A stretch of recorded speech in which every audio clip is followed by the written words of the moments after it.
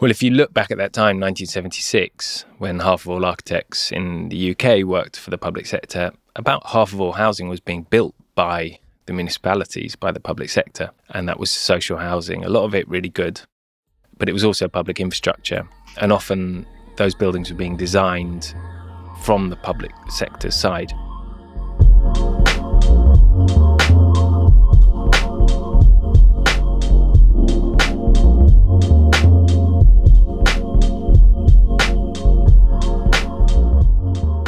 Hi and welcome to the newest episode of Urbcast, the podcast about urbanism, landscape, architecture, cities, and also other things. And today, two things. The first one is I have the great news that Urbcast has just launched a new website, which you can find under urbcast.pl. And the website is mainly in English, of course. So please visit, learn more about the podcast and also about the articles. So since last year, I summarized each of the podcast episodes with a written article, and you can find a lot of those articles on the website, as well as some other useful things, especially if you would be interested in collaborating with Urbcast in one or another way. And now back to today's episode, which will be very important to me because I'm finally going out from Copenhagen and visiting another place, which is still not too far because I went to Malmö to discuss their approach to architecture. And that's how and why I discussed with Finn Williams, who is the city architect of Malmö. We are discussing his journey from an architecture student in the UK to becoming the city architect of Malmö a couple of years ago. Finn reflects on his earlier career where he founded the Public Practice, which is a non-profit that places architects in public sector roles in the UK, aiming to reverse this trend of architects moving away from public to private sectors, because there was this huge exodus over the last decades, and architects started to flee the municipal roles and instead started to work in private offices, which had a lot of consequences. So we talk, yes, about the diminishing role of public sector architects. We talk more broadly about the role of a city architect, about Malmö's challenges of balancing urban growth with climate sustainability, as well as this relationship between Malmö and Copenhagen, particularly in urban development. Is it more of a brotherhood and collaboration, or maybe more rivalry? And then we talk also about the efforts to make Malmö's urban planning more inclusive, as well as this notion of the city's diverse and messy character known as bråkighet, which is a very important element of this discussion. So without further ado, welcome to the newest episode with the Malmö city architect Finn Williams. It was a great conversation. I hope you will enjoy it.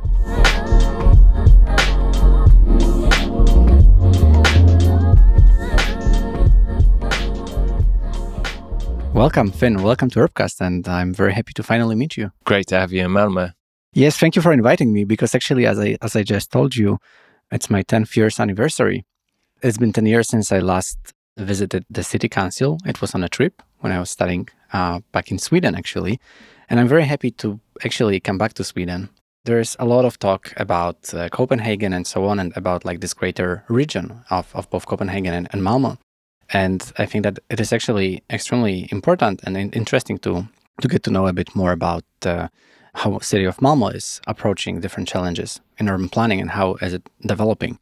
But before we dive into that, I just wanted to ask you, how did you end up here in Sweden, and how did you end up in this amazing role that you are holding now for about 4 years? Please let us know, let the listeners know, how did it start? Well, firstly, you're going to have to come back every 10 years now, you realize. 2035, yes, 2045, and see how Malmö's getting on. I actually first came to Malmö in 2004. And back then I was studying architecture in Portugal. and I wanted to do the kind of Leverance tour of Sweden, which of course brought me to Malmö.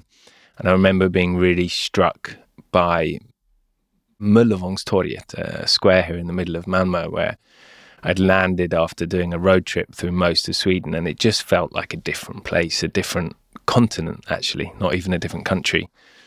It stuck in my head, but it wasn't until 2021 when my family decided to move from London to Sweden that I started to look at what I might do in Sweden, and this job came up, and I was very, very lucky to get it. And I suppose to give you the longer backstory, after studying architecture, I made the quite unusual decision at the time to go into the public sector, and worked really from 2008 onwards to both practice and promote architecture in the public interest. So that was for different municipalities, so Croydon Council and the Greater London Authority, but also establishing and co-founding and becoming the chief executive of a not-for-profit social enterprise called Public Practice that placed architects and other kinds of built environment experts in the built environment. That was all in London, so my whole career had been working in the public sector with a kind of, I suppose, the Scandinavian model of good everyday design in the back of my head as something that I was in some ways trying to establish in a UK context. This idea that in Scandinavia, good design isn't a luxury, but it's a kind of right, that our job as architects isn't just about stretching what quality can be, but could actually be more about trying to establish an equality of quality. Those were really important principles for me throughout my work in the public sector in the UK. So it was very exciting to have the chance to go for a role as a city architect in Sweden. And then I was very lucky that I ended up as the city architect of Malmö, which I think is fair to say is the city with the best conditions for being a city architect if you're interested in doing progressive work in Sweden. You are truly a good representative of the city of Malmö as a city architect. You are already saying that this is the best place that it can be to do some work. But before we talk about Malmö's development, I really wanted to talk a bit about the public practice and this interesting development of the role of architects. I had this possibility of having this amazing figure, Rob Adams, who is the city architect of Melbourne, who came to the show a couple of years ago. And we discussed this role of an architect and how there was this huge exodus of architects going from the public to private. And that basically happened in the UK. Can you tell us something more about this interesting process and how did it influence the market? Because that's what you already said. You made this rather unpopular decision of going into public, whereas most of the freshly studied architects, they rather choose the big stars, big names and private offices. Yeah, back then, 2007, 2008, the height of ambition in a London context was working for a big name architect. Rogers, Foster, Zaha. It's not for everyone, but that was still associated, it was still just about the age of the architect. I myself had worked for Rem Koolhaas and seen that world from the inside and learned very quickly that that's not what I wanted to spend my career doing, even though I learned a huge amount from that and really valued it as an experience in its own right. I suppose having been then on the inside of working in the public sector for a few years, became more and more aware that one of the main reasons that the built environment in the UK wasn't as good as it could have been was not because there was a lack of talented architects in private sector offices. It was that there weren't enough good conditions for architects to do their best work. So I felt like as an architect, I could actually make more difference using the things we're trained in an architecture school in terms of kind of spatial design earlier upstream to create the right conditions for good architecture and urbanism. When I started to dig deeper into where the expertise in the profession is, how much of it is on the public and the private sector side, I came across this statistic that in 1976, 49% of architects in the UK worked for the public. And it wasn't necessarily the bad half, it was it's some really extraordinary, talented, brilliant, principled, motivated architects doing some of the most experimental and exciting work in Europe at that time. Then fast forward another 40 years and I recounted the statistics in 2016, and it was less than 1% of architects working in the public sector. So for a whole range of reasons, from privatization to deregulation to austerity, over a series of decades, municipalities, the public sector, had really seen their expertise in architecture decimated, but also expertise in other built environment disciplines, from engineering to even community engagement, sustainability. There was a really clear lack on the public sector side, and yet we could also see there was a real will amongst a younger generation of architects to do something more meaningful and work in the public interest rather than just to serve private profits. And that's where we developed the model for public practice, which was a not-for-profit, or is a not-for-profit social enterprise that places talented built environment experts from all stages of their career in brand new roles within the public sector for a minimum of 12 months. I co-founded that with Pooja Agrawal, who was a colleague. We were previously both working for the Mayor of London. And then I went and became the chief executive to set it up for its first 3.5 years, and then handed it over to Pooja Agrawal when I moved to Sweden. And the organisation has now gone on to kind of bigger and better things. It's grown into a national organisation across the whole of England. And I think there are over about 350 associates, as we call them, that they've placed within municipalities. And the vast majority of them are staying on after their first 12 months and going on to embed themselves in the public sector in different roles. I think in genuinely making a difference. I think that's such a great movement, and I would love that to be recreated in different countries as well, because I think there's a big exodus from public to private sector, especially if it comes to the design and architecture, did not only happen in the UK, but across the board, across different countries. But how come so many architects left the public sector, and the buildings are still being built, still being done, and often the municipality is the client as well, because there's the need to develop the new buildings, of course. But how is that influencing the current world that we live in? Well, if you look back at that time, 1976, when half of all architects in the UK worked for the public sector, about half of all housing was being built by the municipalities, by the public sector. And that was social housing, a lot of it really good. But it was also public infrastructure. And often those buildings were being designed from the public sector side. I think what happened over the following decades was that the public sector lost its agency as someone who creates, who makes things happen, and became more of a commissioner and a regulator who can approve or refuse planning applications, but wasn't necessarily the organisation that was designing those changes to the built environment or being proactive in terms of what those changes should be. So the public sector as a whole took on a more reactive role. So it's kind of understandable that the image back when I decided to join the public sector was of a kind of slow, bureaucratic, reactive organisation. That didn't, however, match with the reality, because once you're in a municipality and you're on the inside of the public sector, you realise that there's an incredible agency to make things happen way beyond what you get in the private sector.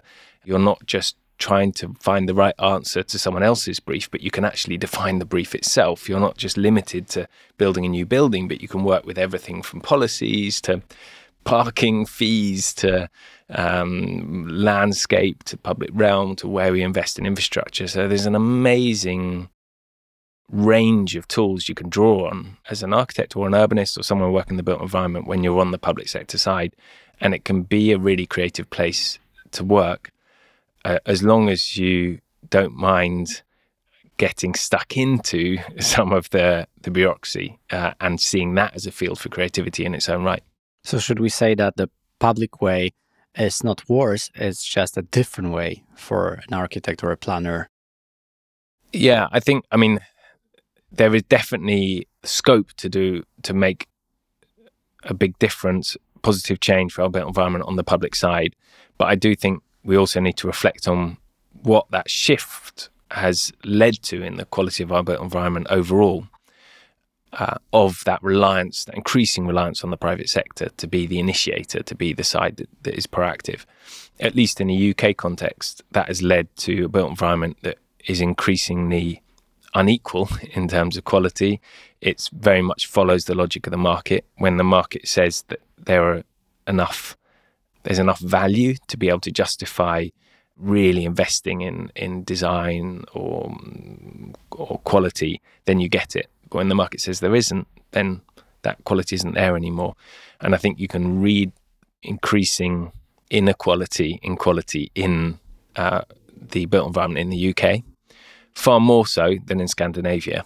But that's also because the public sector has been kind of defunded to a greater extent in the UK than it has in Scandinavia. How experience with public practice shaped your approach to your role as a city architect? Public practice was a conscious effort to create a kind of culture of design within the public sector in the UK that would almost compensate for the lack of city architects. The last city architect in the UK retired, I think, in 2010, so they're kind of extinct as a breed in the UK. And I don't think the answer to the UK's particular needs is to recreate that role or kind of force it on municipalities. Public practice was almost the opposite in that it was a very distributed, embedded network of experts from many different disciplines who worked and work in many different parts of an organization rather than necessarily sitting in a kind of specific singular role. So for me, it's been very interesting to kind of reflect on the relative strengths and weaknesses of those different models, the distributed network with public practice and the more centralized singular role of having like a city architect. If anything, I think I've tried to take with me the value of having multiple perspectives that you get in the more networked model of something like public practice in my role as city architect here, and question and challenge a bit the idea that there should just be one person who decides about architecture in a city. So you are saying that this is not necessarily needed, that there is one city architect? I think you can actually build more resilient and powerful culture of design if you devolve some of that responsibility to many people within an organization or even within a city. So my boss here, Marcus Horning, he set me the challenge when I started of making Malmö's city planning office feel like it didn't just have one city architect, but had 230 city architects, that every person who works in this department felt like they could speak about architecture and have an influence over the city's architecture. And for me, like, I'd like to take that one step further, maybe even two steps further. Why should that be limited to the city planning office when our colleagues in the property and streets department or the department that builds our public buildings also have such influence over the city? How can we also get them to feel like they're part of this same mission? And it even extends, of course, to Malmö citizens. How can we get Malmö to feel like a city that doesn't just have one city architect, but is kind of more of a city of architects that, or people who genuinely can influence and have a say over the architecture of the city and how it develops in the future.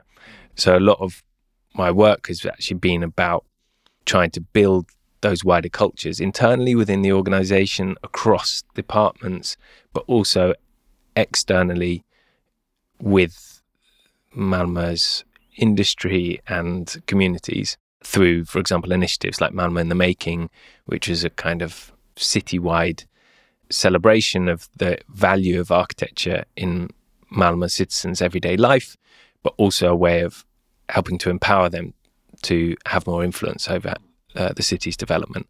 And that's a program we started in 2023 and that we're now rolling out regularly. So you are then getting advocates who go and talk to friends, go and talk to other citizens, residents and basically can spread the news and make it feel more democratic. Yeah, and ultimately it's that question, like what happens if I get run over by a bus? Like what's left in the organisation the next day? It really shouldn't be all dependent on one individual, because then it's a very weak model, effectively. And if we're really going to create systemic change over the longer term, then you need many advocates in many different positions. That's what public practice was about in the UK-wide public sector context. And that's kind of the same approach we're trying to take within Malmö. How are you using this knowledge in Malmö and in steering Malmö's architectural development? Because you've said that there is the growing inequality, and this is something that is worrying me lately, because there is like this huge imbalance, huge inequality in terms of the living quality and in terms of access to assets, growing prices and growing rents. And although the situation might be a bit better in the Nordic countries and cities like Malmö, I think those challenges are also present here. So could you say something more about how do you guide the development among those challenges? Yeah, there's no doubt that London in particular is a bit further down the road of reliance on the private sector following after the market than Scandinavia or Sweden. But that's not to say that the trend isn't roughly the same over here. And in that sense, I think my experience from London of what not to do, or at least the downsides of following that route, it can be relevant and useful over here in Sweden, and actually particularly in Malmö, which is a city which has changed very rapidly, a city that has incredibly diverse population, which I see as the city's greatest strength, but also brings with it challenges of how infrastructure, how housing can adapt to a much more diverse set of needs. And in that sense, I think I was very lucky to get this role in Malmö, because it's probably the only city where my experience in London is particularly relevant in a Scandinavian context, the city where it's most relevant, let's say. But it's also probably the only city that is bold enough to appoint someone like me coming from quite a different context into this kind of role. Yeah, and I think probably the only role where I can apply some of the learnings I had from working in a UK context, and particularly a London context, in a way that can be useful for development in Sweden. Thinking about the real challenges and the development of the city, how would you approach those challenges, and what are some of the paths you take in developing the city? And also, like, how do you balance the economic growth that is obviously very needed, but also the environmental sustainability, especially nowadays in 2025? Very important and fundamental question, especially for a city like Malmö that is the fastest growing in Sweden, but is also probably the city that has the most ambitious climate goals. Is it even possible to reconcile or balance those trajectories without a fundamental change in how we build? I don't think it is. So that's what we're working on, obviously, is how we can change how we build so that when we do build to accommodate growth, it can be consistent with the really rapid transition towards climate neutrality. Our goal as a city is to be climate neutral by 2030. At the minute, we have a really powerful local network that the city initiated, but now has over 200 organisations attached to it, called LFM30, so Lokalfärdplan Malmö 30, which is a kind of local roadmap towards climate neutrality in 2030. And collectively, organisations from all across the built environment sector have agreed to ratchet down their climate emissions per square metre from, well, right now our limits are, I think it's 270 kilos carbon dioxide equivalent per square metre for office buildings, 216 for housing, 171 kilos per square metre for single family homes, which is above and beyond what Swedish national government's requiring. So there is a kind of faster trajectory in Malmö to try and ratchet down our impact in terms of kind of embedded carbon when we build new. Of course, becoming more and more aware that it's not just about building sustainably when we build new, it's about making sure we really minimize when we build new in the first place. How far we can extend the life of our existing building stock in Malmö. And then when we do build new, not just keeping that carbon dioxide threshold as low as possible, but building in a way that will minimize the likelihood that we'll need to demolish that building in the future. So how we can extend the lifespan of what we build now, today, as well, into the future. I think that's the only way we'll be able to get close to reconciling both Malmö's kind of inevitable growth with our climate ambitions, which are so urgent. And just to give an example of that, we're working with our parking company, Architect of Malmö, who build all of our mobility hubs in the city. And their focus has been on innovative new techniques. For example, they built Sweden's largest fully timber car park, if that's not a kind of oxymoron in its own right. And of course, that helps to get that figure of carbon dioxide per square meter down. But all of that is meaningless if we're building a car park that won't necessarily be needed in 10, 20, 30 years because our need for cars has changed and we just need to demolish it anyway. So we've now been working on a competition with them, which is trying to look further ahead to how can we build circular mobility hubs that can be used for car parking maybe in the next 10, 15, 20 years, but are designed in a way that they can become something else, perhaps workshops or workspace in the future. So that's the part of this innovation that you are trying to spread and activate in the city. So you also demand something more that the national level is asking for. Exactly. And we're doing that on many different levels. Ultimately, we need to bring the market with us, and we can't go way further ahead than national developers or builders are willing and able to go. But we are using the fact that we've got particularly good conditions here in Malmö to try and blaze a trail faster towards climate neutrality than perhaps other cities are doing. Ultimately, the kind of paradigm is going to be how little can we build until we can get to a point where we can actually improve the environment by building. And I think that probably is the closest answer to your question, how to reconcile growth and sustainability, is we need as quickly as possible to get to a point where we have what people call regenerative architecture that generates more energy than it needs, that collects more water than it uses, that creates habitats for more than people, reduces waste just by building it. And we're so far away from getting there in current mainstream practice. There's one project that I would call regenerative in Malmö. It's actually an old shipbuilding dock called Södra Varvsbassängen, a kind of big basin that was dug out to be 11 or 12 meters deep for these huge boats that were built in Malmö. That meant that it was quite unsafe. If someone fell in there, they wouldn't be able to be fished out by the rescue services.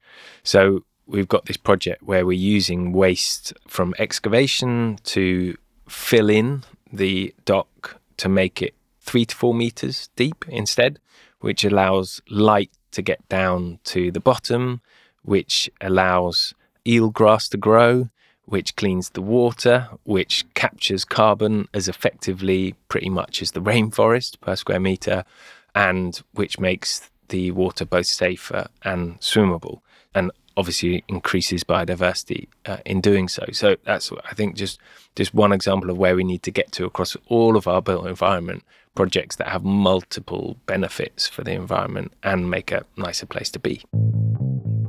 Another thing here is inspiration, because we are talking a lot about the inspiration from the UK, and also Malmö is obviously a part of a bigger picture.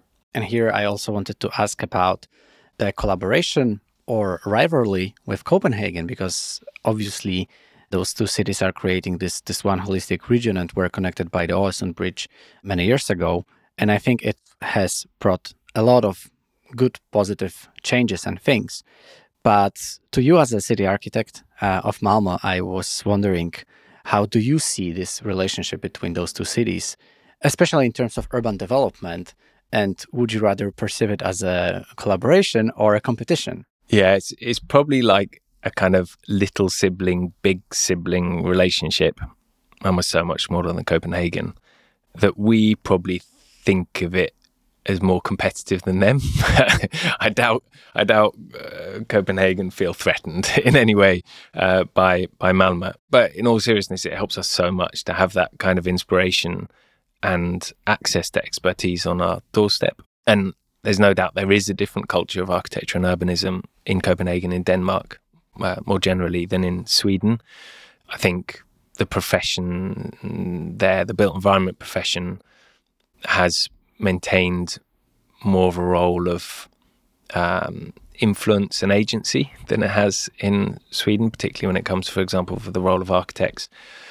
And then we're very jealous about some of the conditions you have over there with these incredible funds like Realdania, who are funding really groundbreaking practice on a European international level that we can all learn from. And I just think about the work that's being done around circularity in Denmark at the minute, or in Copenhagen, through everyone from Lendager to Pilman to Janus and Bell to Lethengori, Archival Studies, REARC Institute, SINAC, all the different universities, the list could go on.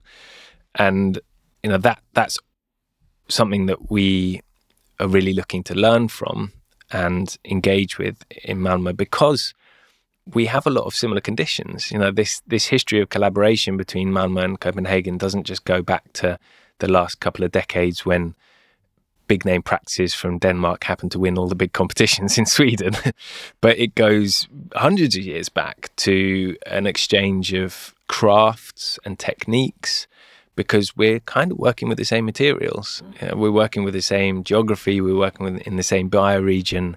So everything from how we use straw to how we use clay to how we deal with the climate here is shared, actually, between Denmark and Sweden. If you go that far back, they were both the same country as well, Copenhagen and Malmö, not the rest of Sweden. And there, I think there's a really exciting collaboration to be had. Like, how can we think between Malmö and Copenhagen as a bioregion to carefully grow and use the local circular resources at a scale which can actually have an impact on and reduce the development's footprint on the planet. So there is some sort of a collaboration. I'm happy to hear. Yeah, and also on a personal level, aside from those kind of the ideas, I should also point out that I've been really lucky to get to know at least the last 3 city architects in Copenhagen. So the current one, Lars Jensen, also Camilla van Dörsch and Tina Sabu, who've all been incredibly generous with helping me to understand what a city architect role can be, but also showing me Copenhagen and introducing me to networks over there, which also include Anna Mette Bøe in Aarhus, actually, current city architect there. And we've managed to initiate a few collaborations, for example, around World Capital of Architecture in 2023, when Malmö took part through Malmö in the Making with our own program there. And that collaboration is continuing now that Copenhagen has now developed the new architecture biennial, and we're kind of mirroring that with our own biennial version of Malmö in the Making. So there's lots of collaborations. That's very good to hear. But okay, enough about Copenhagen. I didn't come to Malmö to dwell on Copenhagen, but I'm very curious, what are some of the other cities that Malmö is being inspired by? And here again, like both on the kind of city level, but also your personal level. Just before the conversation, we mentioned this interesting role of a Baumeister in Belgium. So I'm very curious about those other foreign inspirations. Yeah, actually, one of the great things that Camilla van Dörsch did as city architect in Copenhagen during World Capital of Architecture is she invited lots of city architects from around the world together to meet each other in Copenhagen.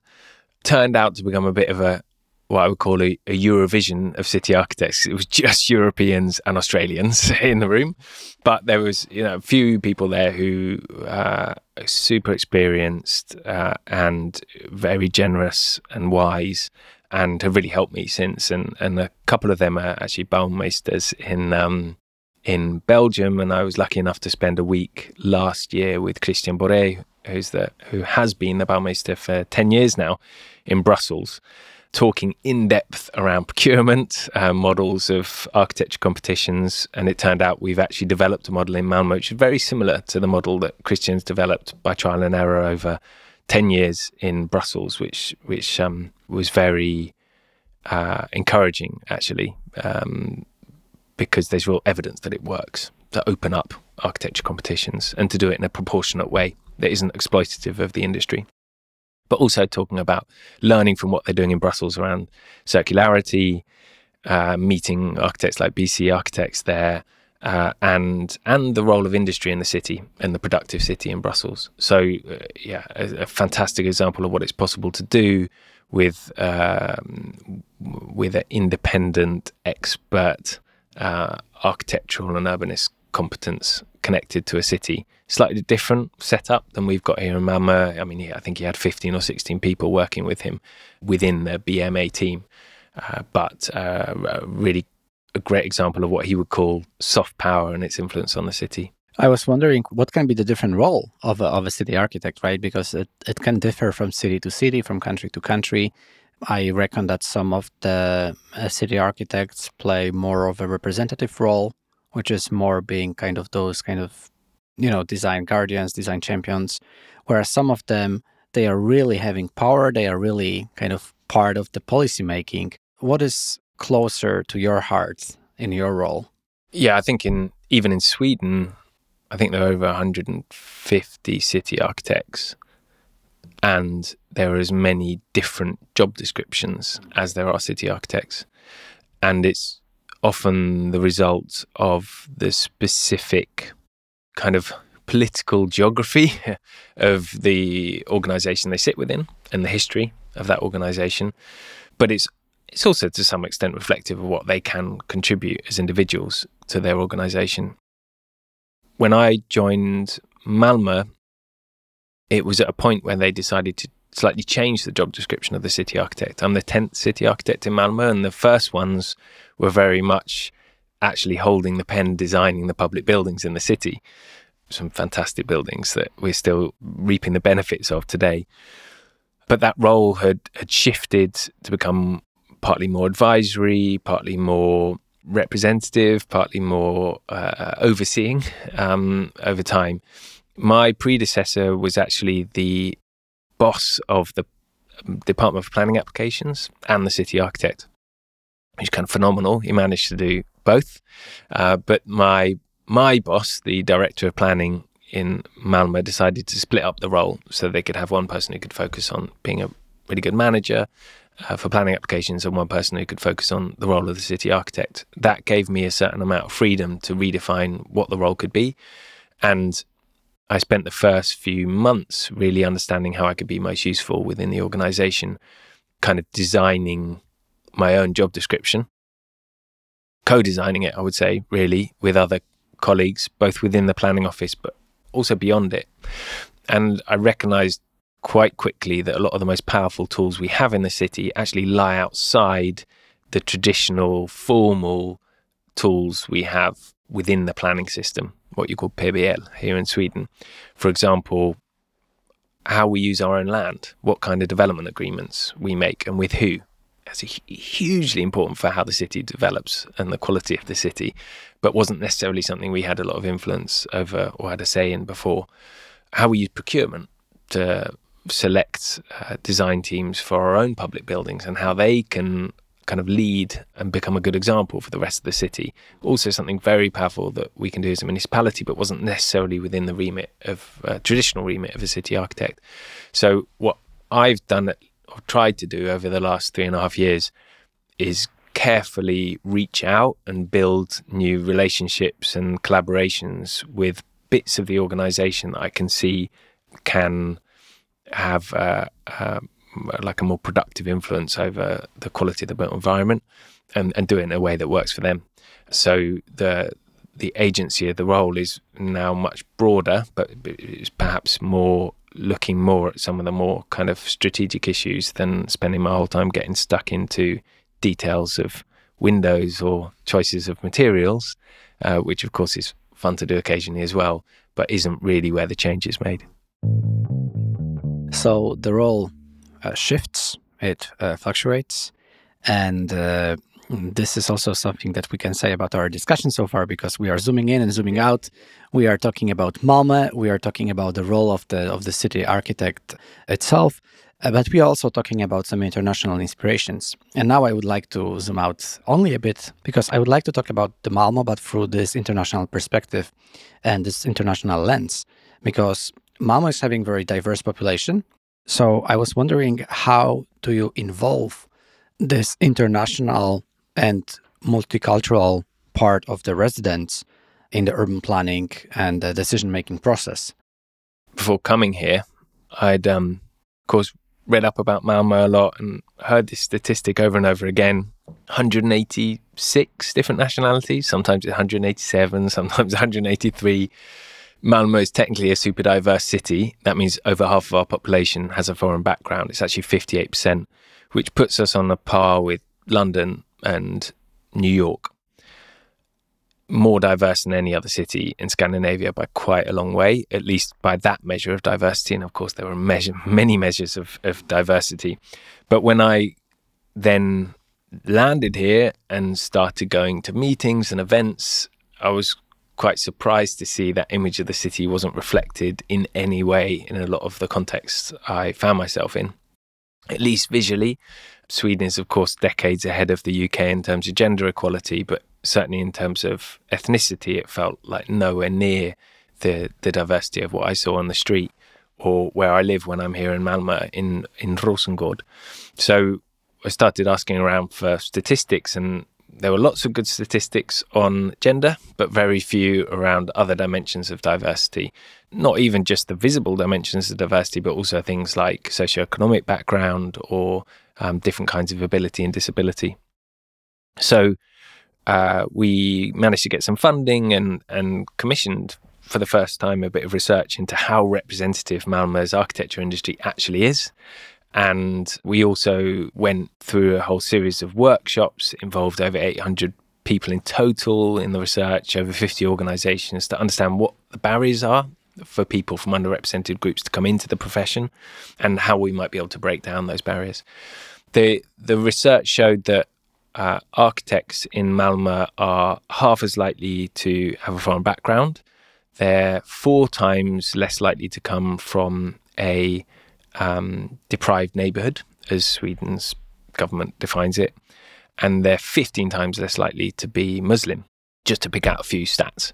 They're actually quite representative when it comes to sexuality and gender. When we went through this process, we also started to realise all of the kinds of expertise and perspectives that we were missing. There's a lot of international research which shows that the more perspectives you have within an organisation, the more innovative that organisation can be. As a public organisation that's serving citizens of Malmö, it feels to me very essential that we have an understanding of all of our different communities, an ability to listen to and communicate to those different communities, but also that we don't just rely on participation and consultation to fill in the gaps, which of course is very important, but that we actually have some of those lived experiences in-house round the table when we're making decisions about the futures of different neighbourhoods in Malmö, when it's such a diverse city. So together with all of those people that were involved, we decided to establish a not-for-profit organisation called Urban Academy, and it's actually its first meeting officially next month. And so far we've got 33 organisations that have signed up, and that's everyone from the 3 biggest universities around here to some of the most active architecture practices, small and big, and property developers, as well as not-for-profit organisations that work in this field. And they've all collectively signed up to a commitment to make Malmö's built environment sector reflect our population within a generation. And they've also signed up to like a series of 8 commitments, which is everything from taking active measures to measuring the change within their own organisations and collectively as a group reporting on the actions that we take, doing things like promoting better representation in the industry through all the events and communications that we do. The start is a huge shift to make happen. We're now not just doing this in relation to architecture. We're doing it for the whole built environment industry. And we're not expecting anything to change overnight or just in Malmö. I think for us to be able to do our job well, we also need to be able to work proactively with these kind of questions, because it's quite frankly missing around the table in a lot of the processes that we do at the minute. What about your term as a city architect? Like, do you have any limited period of time, or can you just continue with some of those projects in a longer perspective? Because I think that that's very important for such bold visions. Yeah, the long term is so important. Actually, it's different for different city architects. Some of them have a term that relates to political mandate periods. But for me, it's kind of job for life in principle, as long as I can get the immigration agency in Sweden to allow me to stay here. And that's currently, harder than necessarily keeping the job.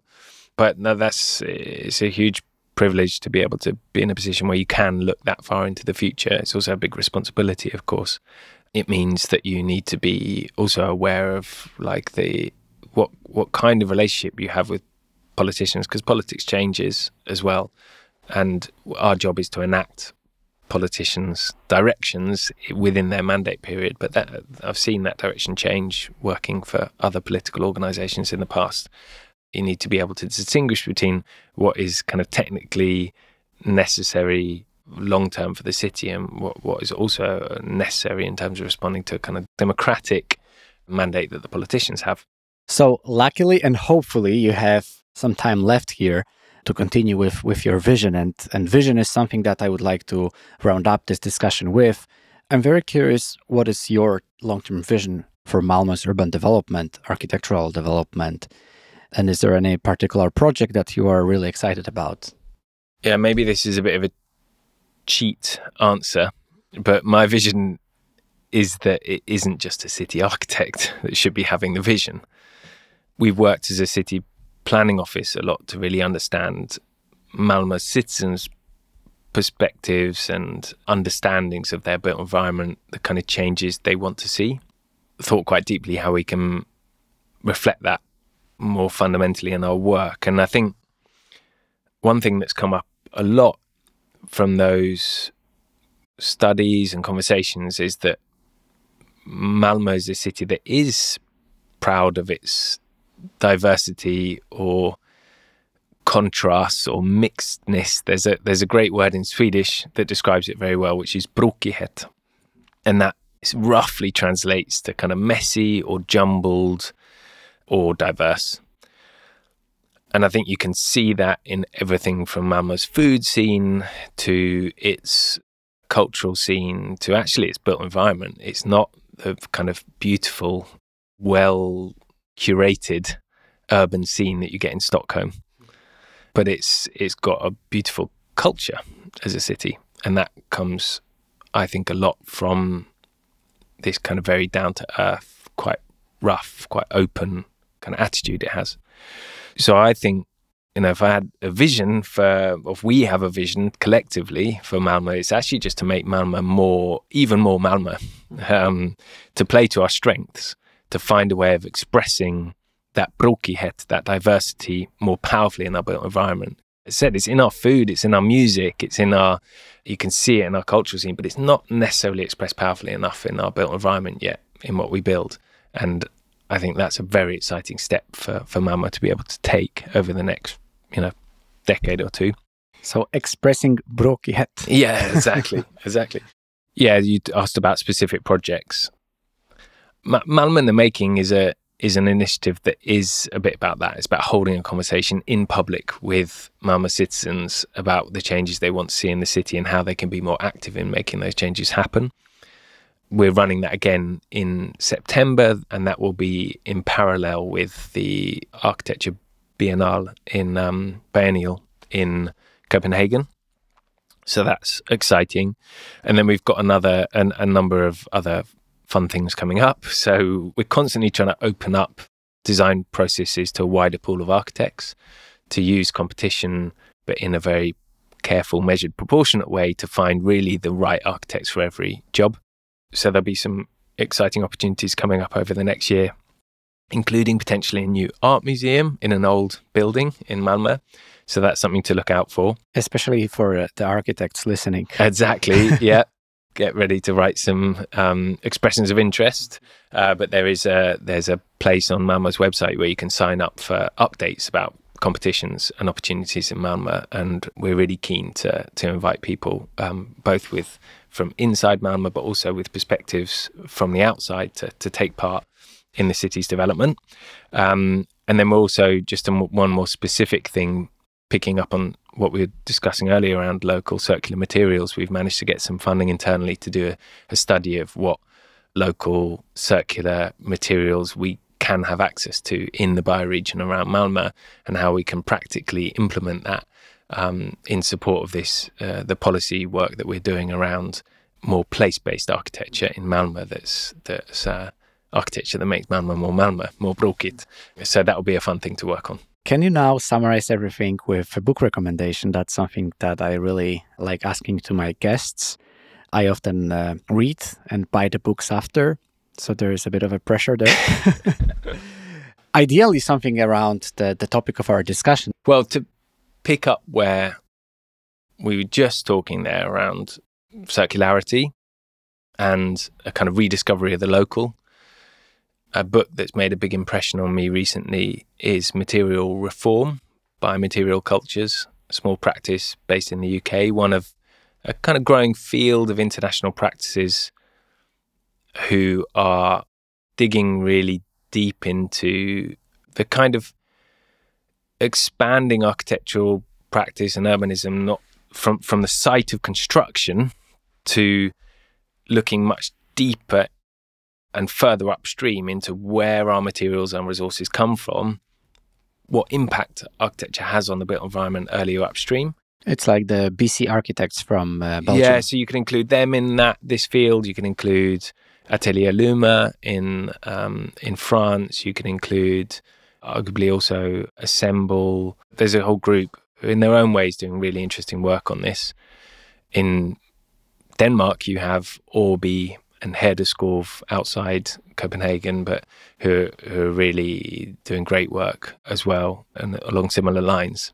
And Material Reform is a kind of manifesto for what that practice could look like. What's exciting for me is it doesn't just relate to kind of what's happening earlier on in the construction process. It's also about what's happening further downstream. Like, what do our buildings become much longer term in the future? You know, how far can we be able to reuse them, extend their lifespan? How far might they biodegrade? And in that sense, if I can extend the book recommendation to one other book, I think the kind of, in some ways, Material Reform is like a kind of contemporary sequel to a book that had a lot of influence on me in my career, which is How Buildings Learn by Stuart Brand, which may well have been recommended by other people on this podcast in the past. Not yet. I don't think so. Published in 1994, a really good book to kind of challenge a lot of assumptions that architects make about the built environment, but also expand our idea of how we can work over time. These are some fresh recommendations, so thank you for them. And thank you for this discussion. I mean, I was really hungry for some knowledge here from your perspective as a city architect. And I feel that was like a very good dinner. So thank you for that. Thanks so much for coming over. And thank you for inviting me. And I hope to be here sooner than in 10 years. That's a deal. We'll make it an annual thing now. An annual thing sounds good. And you're always welcome to Copenhagen. Thank you. Thanks a lot, Finn. Thank you for being part of Urbcast. Thanks so much. Thank you for listening to this newest conversation with Finn Williams, which was a great learning. Finn is such a great guest and such an inspiration, and I really, really admire the work he has done, especially around the public practice and talking about the public sector as a potentially attractive place for architects. So I hope you got inspired as well. You will find a summary of this episode with the book links and so on and the posts, the social media posts summarizing this discussion, as well as at the podcast website at urbcast.pl. See you there and talk to you in 2 weeks.